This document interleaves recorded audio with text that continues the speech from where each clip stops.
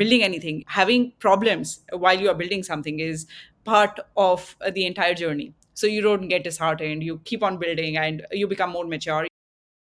Hello, everyone. Welcome back to another episode of Top of the Hunt. Today, we've got Pritika from Butternut AI with us. She's achieved a lot of things in such a short career so far. So, without further ado, I'll pass you over to Pritika. Hello, would you like to introduce yourself, please? Hi, Charan. Thank you for having me on your podcast. Glad to be here. And yeah, I'm Pritika. I'm the co founder of Butternut AI. Butternut AI is a generative AI platform where you can build your websites and apps in under 20 seconds with just natural language. So yeah, that's about it. That's fantastic. So what's your background then? How come you've came to be here today? Uh, so my background is in tech. I did my master's in AI and I've been a coder since very long. I started coding very early in my life, and I've always been very fascinated with creating things.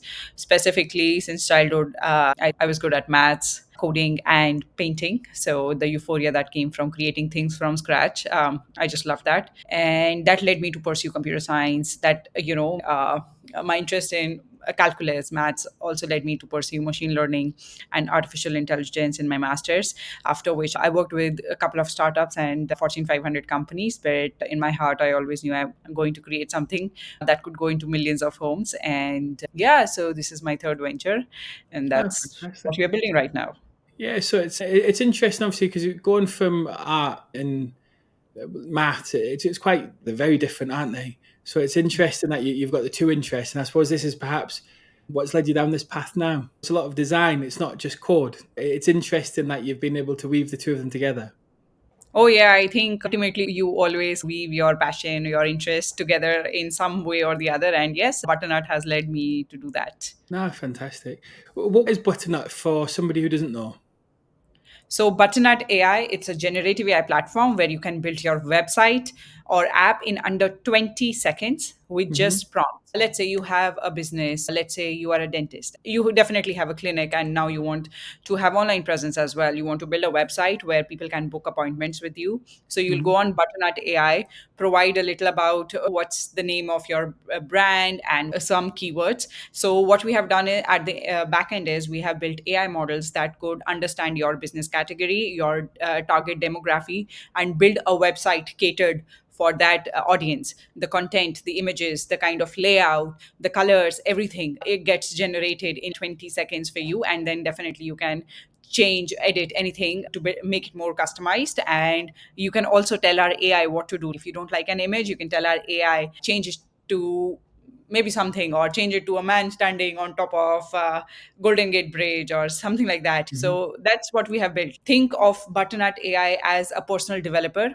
but that's not a human, that's an AI agent. So you go and tell that AI agent what you want to build, and once it builds it for you, you give your feedback and tell what you don't like, what you like, and it keeps on building for you. This AI agent never gets tired, is always at your service, and it's not only learning from your experience, it is learning from experience of millions of people who are using the platform every day. That's incredible. I think with generative AI, obviously, it's the layman now can have access to an API and can do things, and it can look very clever.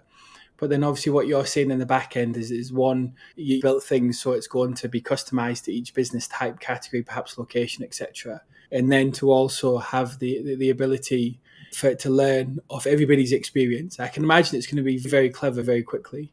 Yeah, we are hoping for that. And in future, we envision that you'll be able to build like complex apps like Airbnb or Uber using Butternut AI. I think for obviously for a small business and anyone who's looking to create an MVP and then a website to go with it, it's an immediate solution. Obviously, 20 seconds, the AI can't get tired in that time, but then it's fantastic.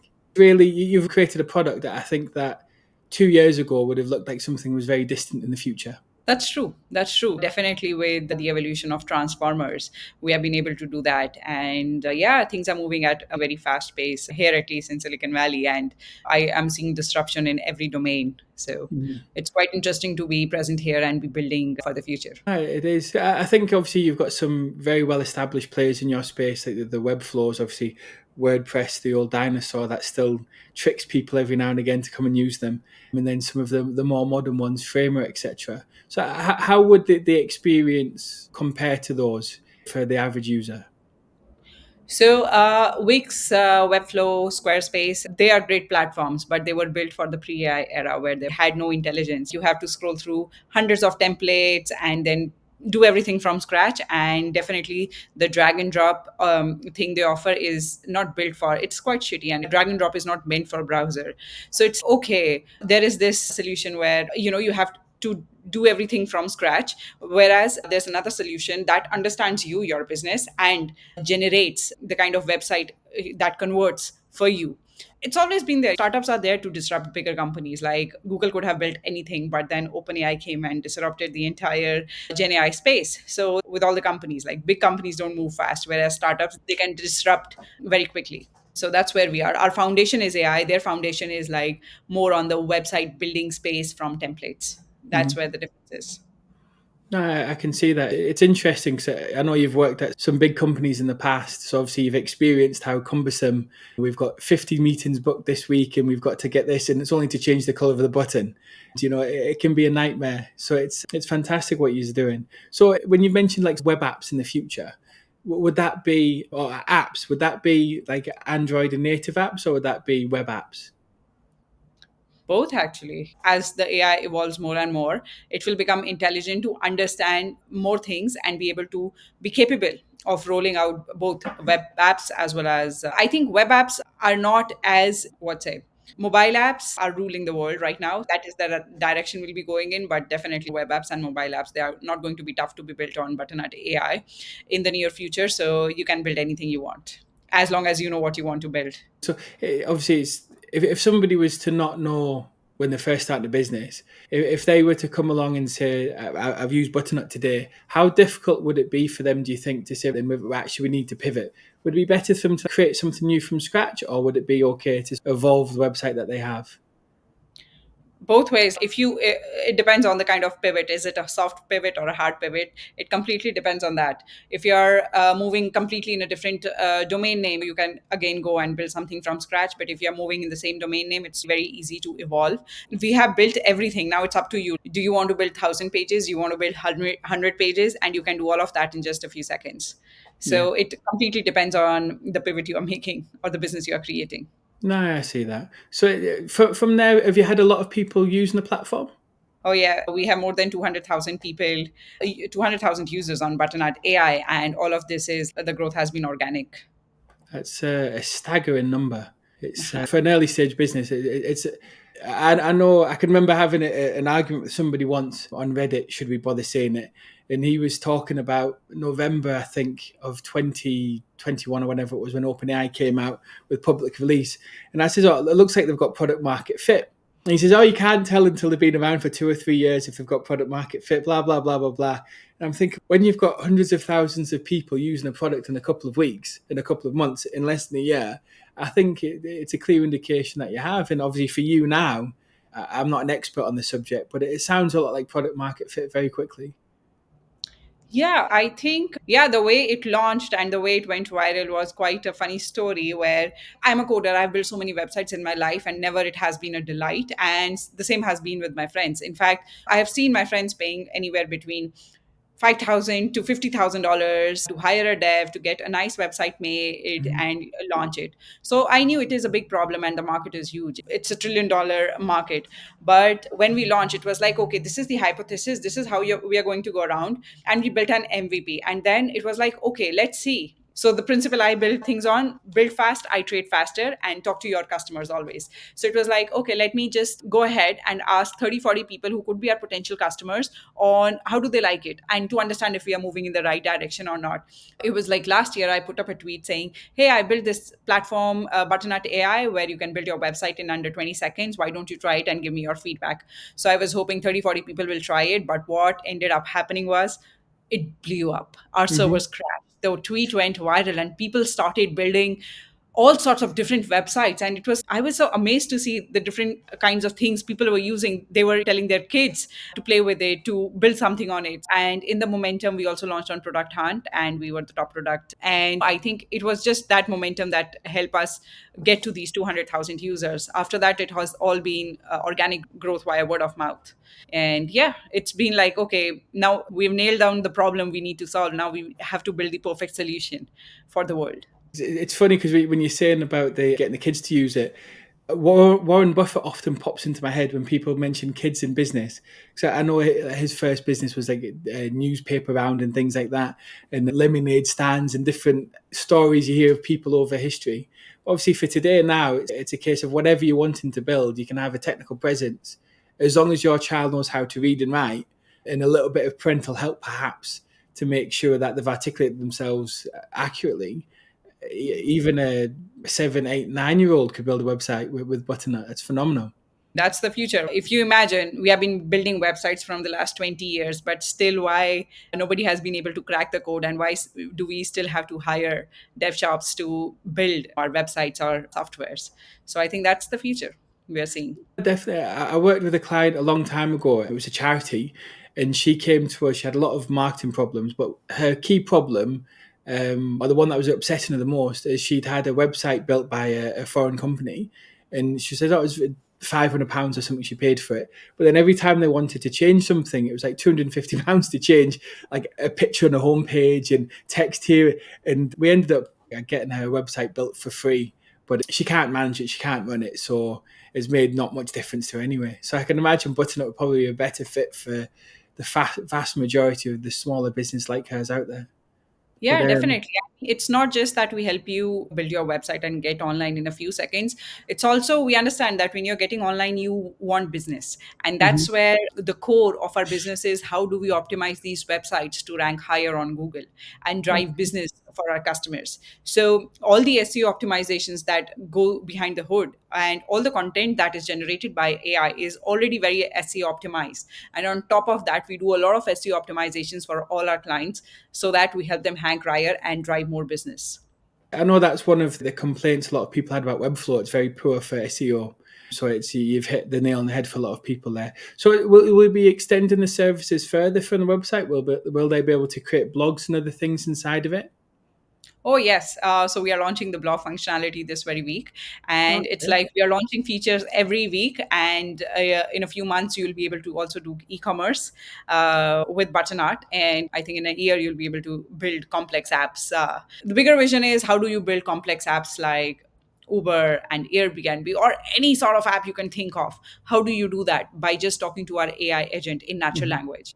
That's the vision. And we just started a couple of months ago, and we are just headed towards that vision. So our product is evolving every day. We are launching new features every week and getting more and more people to try it, to use it. And that's, I think, the natural trajectory of any product. No, definitely. It's a very exciting times ahead, I think. I can imagine a lot of small businesses, you should be the first point of call.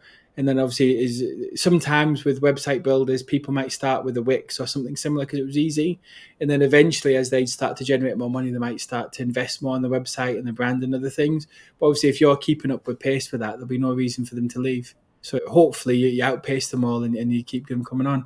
So it's incredible. It's such an inspiring story. I hope people out and around in the world are able to learn from the way you validated the idea and the way you're going about building it and improving it. Thank you for sharing that. My pleasure. Yeah. So, from there, you've mentioned you're a third time founder.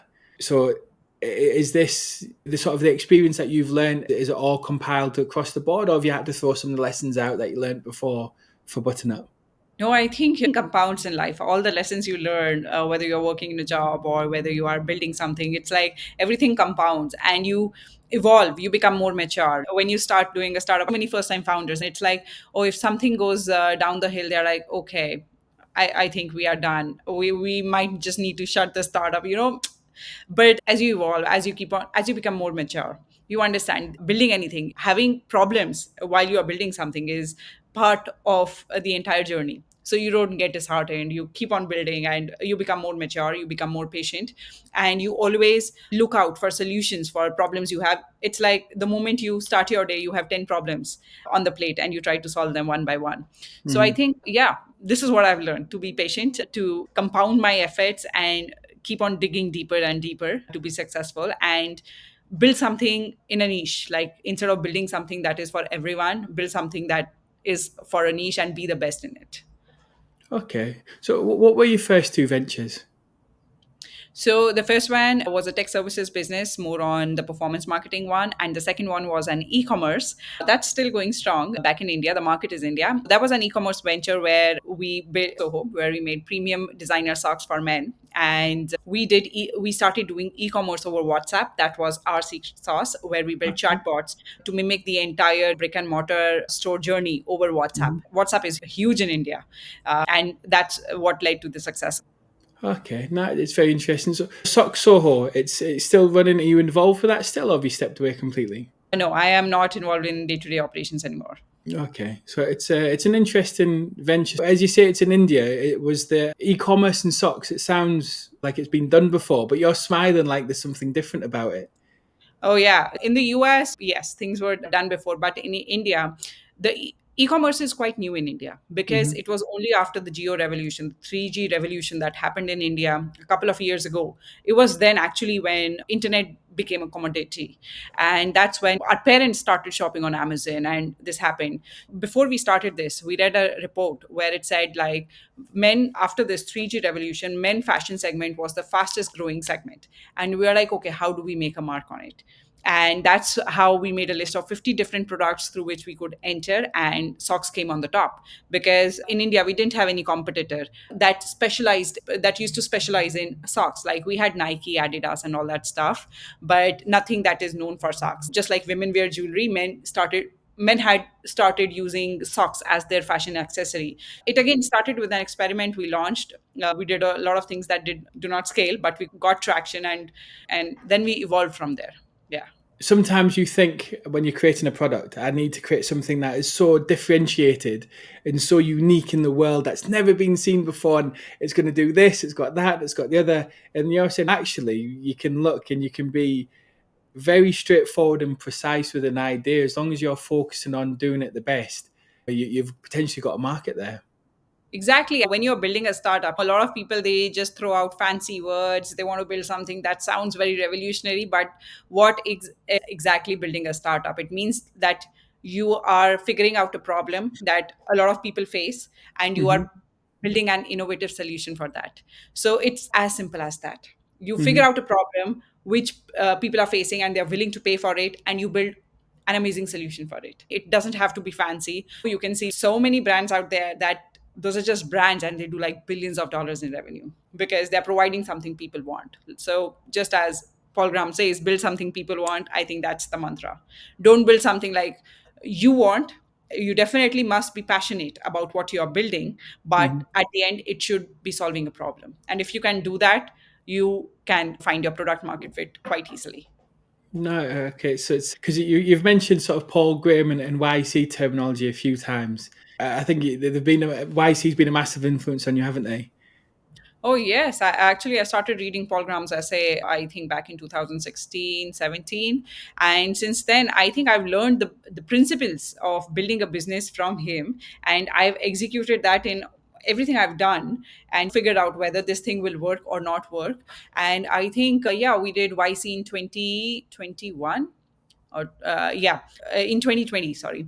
And I think that the kind of ecosystem YC provides is it's like top notch, and the kind of peers you have, it the program is for 3 months, but YC stays with you for the rest of your life. And I think I would Mhm. recommend every startup who's building in tech to definitely apply to YC, and it's just been an amazing experience. So, because you read all of his materials, was there much different? Because obviously, not everybody's going to be able to get in. I know the acceptance rate is incredibly low. I've seen before, I think 0.5% or something even smaller. So, for the smaller people out there who perhaps have aspirations for YC but would perhaps never be able to get in, would his teachings teach enough, do you think, to be able to help them anyway? Yes, I think you can read Paul Graham's essay. The information is not concentrated anywhere now with the internet. All the information, all the YC videos, everything, it's in public. You can Hmm. learn those things. You can build your network. I think it's not really what they teach. It's rather the ecosystem they provide is what is very valuable. And so I think you can create your own ecosystem by surrounding yourself with passionate people who are building and innovating. And definitely the information is not concentrated. You can find anything and everything from YC startup school to Harvard to anything, any course online. So I think that's one thing the internet's been able to do, hasn't it? Democratize the knowledge a lot. So there's a lot of people can access things that 15 years ago, 20 years ago, there would have been no possibility for some people to access that information. So from there, you've launched on Product Hunt and had Product of the Day twice. Hmm. So you came first with your beta when you released that, and you came second on the day and third on the week on your second release. Did So you? yeah, we have launched twice. Sorry, go ahead. No, so I was just going to say, is that like a part of your sort of go to market? Is that an effective strategy for you for the growth? Yeah, I think the first time we launched on Product Hunt, we really didn't expect anything. It was like, okay, we know a lot of our friends, they launch on Product Hunt, and how does it work? Okay, it was more like we got as I mentioned, we got the momentum on Twitter, and we're like, okay, let's try Product Hunt and see. And we turned out to be number two product and the top AI product when we launched it for the very first time. And as I mentioned, I speak to my customers regularly or potential users. So a lot of the users, they used to look at Product Hunt, and Product Hunt used to drive a lot of traffic to Butternut. It just became a wheel for our growth where people would go to Product Hunt, find innovative products, discover Butternut there, and come on to Butternut. So I think and the second time we launched, we were like, recently, I think it was a month back, we were number one product of the day. And we see a surge in traffic when we launch in Product Hunt, and the traffic stays. We keep on getting newer traffic via Product Hunt. So it's a great channel to be exploring your traffic or to figuring out your customers. Yeah, no, the company that you came behind was Lago when you were for the month way back when. You're Yeah. smiling. Do you know them? Yeah. She's a friend. Anne is a friend, and we both have IC founders. So it was like we were cheering for each other, but we were also trying for the first spot. Really happy for them, and they're just doing an amazing job. I was just going to say that they had. I've got notes that had 10 founders or 10 makers on their on their product hunt. So you've had 10 times as many people working on the day for promoting the product. So they cheated a little bit because They did a it's a great lot job. easier that obviously the more people you have, it's an incredibly stressful day for some people. They take it very seriously, but obviously for you, you've had early product market fit with it anyway, so it's taken off on its own. It's fantastic. You've mentioned YC and you've met other people out and about in YC that their applications just closed for but people for who are going to be applying now. Would you have any advice for people who are applying late? Yes, I would say if you are still confused whether you should apply and whether you should not apply, I would say just go ahead and apply. What's the worst that could happen? You'll get a rejection, but what's the best thing that could happen? You might get accepted. You still can fill in your late application. So go ahead, apply as soon as possible, apply with your idea. Be concise, try to explain your vision and why you are the best person to build it, I Mhm. think. And just go ahead. You've also raised VC along the way. Have you got any advice for somebody looking to raise VC funding? Yeah, I think the focus should be on building something that people want and solving a big problem. Mhm. And the VC money comes after. If you have an idea or a product that is valuable, that has a product market fit, VC money, it comes after. I suppose it's a bit like the chicken and egg for some people, though, isn't it? Which one comes first? If they're desperate to raise, then VCs can probably smell the desperation and not be as interested. But later on, when they've got all of the eggs, they say, "Can I have some?" Nope, don't need it Nope. now. From there, I saw a TED talk that you done, and you talked about the 5 ways. Was it to fail or to succeed? Because I've got a positive mentality on most things. I always flip it in my head. She said five because it was a 5 ways to fail in the 21st century, wasn't it? Exactly. Yeah, I did a TED talk of 5 ways of failing in 21st century. It was in turn giving you lessons how not to fail and to succeed in 21st centuries. Yeah, if you look at the lessons, I think everything is extra true right now with this AI revolution happening. Like you don't rely on your degrees, keep on learning, Mhm. and you can find good jobs. You can connect with people across internet, and yeah, those were actually the 5 ways you can succeed in life. No, definitely. No, so I think we've covered most things. You're very succinct, which is very nice. From there, is anything else you'd like to add or discuss? Yeah, I would just urge all of your audience to give Butternut a try and maybe provide feedback on how do they like it. And yeah, I think other than that, happy to answer any questions you have, but I think I'm good for now. No, I think you've covered everything. It's just obviously for Butternut, it's moving forward with it. You've covered most of what it's going to be able to do, how people will be able to use it. From the 200,000 users, is there many of those agencies, or is the majority of them individual users? What's the Yeah. breakdown? Most majority of them are SMEs and startup founders, but a lot of agencies they have started using Butternut AI to build for their clients. So that's a segment I actually never envisioned. But then when people started coming and saying, "Hey, can you white label it or can we build for our clients on Butternut AI?" I was like, okay, as long as your clients don't discover Butternut and know how easy it is, go ahead. So a lot of agencies, a lot of tech agencies, marketing agencies, they have started building on Butternut AI for their clients, Mhm. which is quite amazing. It's very interesting. So, when the white label it, have you enabled them to white label it, or do they still have to export it, or just show them No, when it's done? no. White labeling, as in when you build on Butternut and take your website live, you won't see anywhere it was built on Butternut. But yeah, definitely when you're using the dashboard, Butternut dashboard is there. They're quite happy with that. That's the main requirement. No, it's interesting for them. I suppose for agencies, if they were to get found out, then they might be in a bit of trouble. Can they export the code then? Is that what they're doing with it, or are they just leaving it fully hosted? No. So we take care of everything regarding hosting, SSL, security, privacy, and all the SEO optimizations and everything. So yeah, we do not allow the feature to export a website. You'd rather host it on our platform and you can come back and always make changes to it. Okay. I know before I saw a post from you talking about building in public. So, what does that mean for you? So, building in public, this is the first time I'm actually building in public where I am telling people what we are building, what is evolving, how we are, Mhm. what's the journey like. So, it's very different rather than when you build something quickly or in stealth mode. It's like you're focused, you do certain things certain way. But when you build in public, I think it has its own advantages. You get instant feedback. People get to know about your brand, about your company a lot more. So I think yeah, that's what we are doing, and it's been amazing to find different sorts of clients and customers via building in public. So it's been interesting.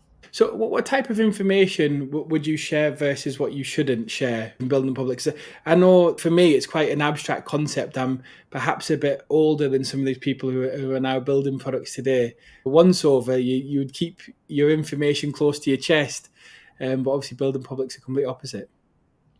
Yeah. So in today's world, when it says, okay, you have an idea or the information, I think what really tops all of them is the execution. You can share your entire idea, your entire strategy with somebody. They can't just go and replicate it. It's your execution, the way you have executed everything.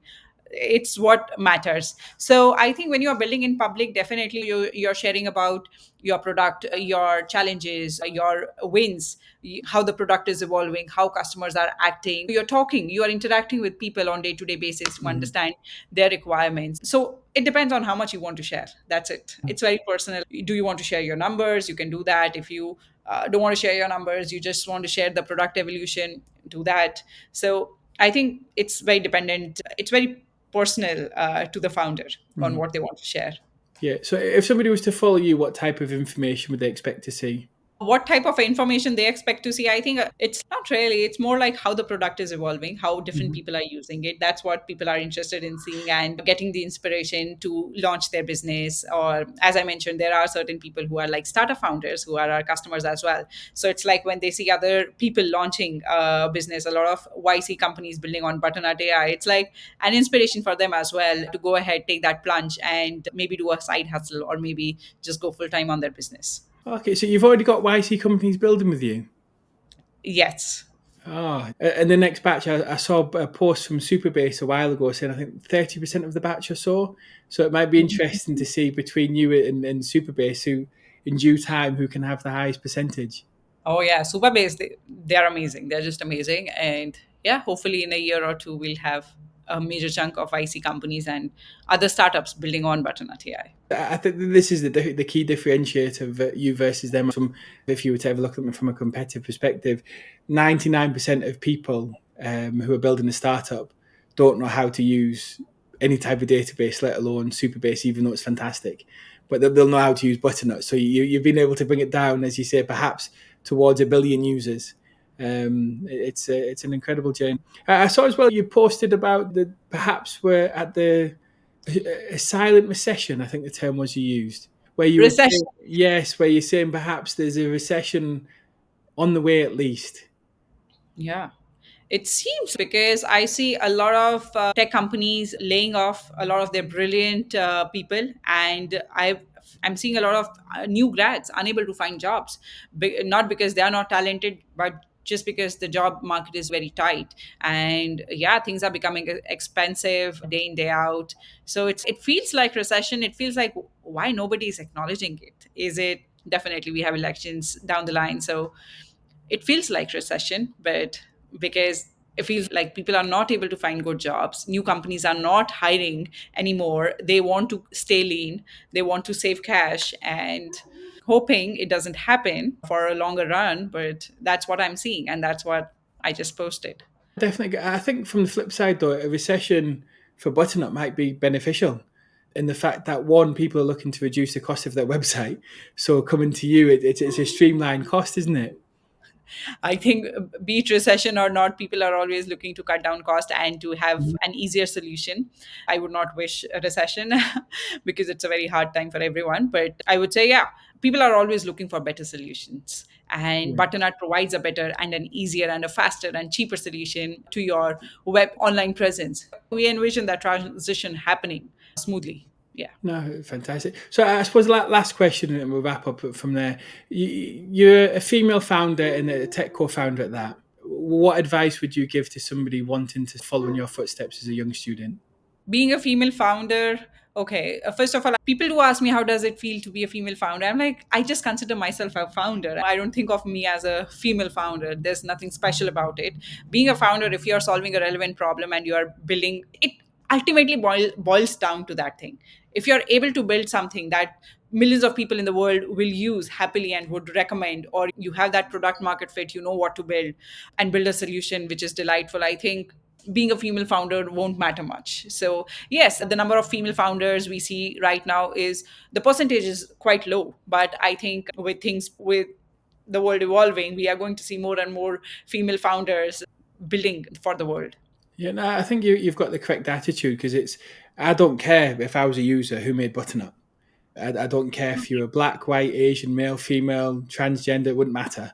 If you've Mm. made a good product, I'm enjoying using it and you've solved my problem. But it's more sort of the belief that it's more difficult for certain groups of people to be a founder than others. So it's Definitely. yeah. See, it is. I won't say it is difficult to build. You can build anything with internet, with all these tools at your hands. You can build anything. But yes, when you are raising money or when certain things definitely affect it. But I think you should not be worrying about those things. As long as you have a solid product in the market, everything else will be taken care of. Yeah, no, I think it's stellar advice. There are so many products we use on day-to-day basis. There are so many apps on our phone. We don't even know who the founders are for a lot of Mhm. those apps. It's just that they have built something that we go to the app store, just download it and make it an integral part of our life. So that's the vision. That's what everybody should be aiming for. I think you're 100% correct. It's perhaps more in people's own head if they think they've got a barrier to entry. It's like just go and build something good enough and no one cares who you are away from. I think a lot of people, they reject themselves in their mind before somebody else rejects them. So that's my advice. Stop rejecting yourself. Just think you can do it and you'll be able to do it. And yeah, rejections will come, but at least don't reject yourself. No, wonderful advice. Thank you very much. So if you've not got anything else to add from here, we can wrap up now because it's been a wonderful session. I'm aware that you probably have another meeting next. So is there anything else you wanted to add? No, I think I'm good. Yeah, let's get back to work now. Yeah, well, it's almost 10 to 10 for me, so it's almost bedtime. Well, I say almost 12 o'clock. I look for bed. But anyway, it's been wonderful to speak to you today. It's been incredibly insightful. Your journey has been unique, and there's a lot of things people can learn from it. I think your perspective on business and the ability to learn continuously is perhaps more important than the journey itself. So thank you for sharing it. And if you wouldn't mind, in the future, we'll have you back on to discuss the progress that you've made with Butternut and perhaps any new revelations or insights you've picked up along the way. It'd be wonderful. Thank you for having me on your show. It's been a delight talking to you. Thank you, Okay. Tyron. Thank you.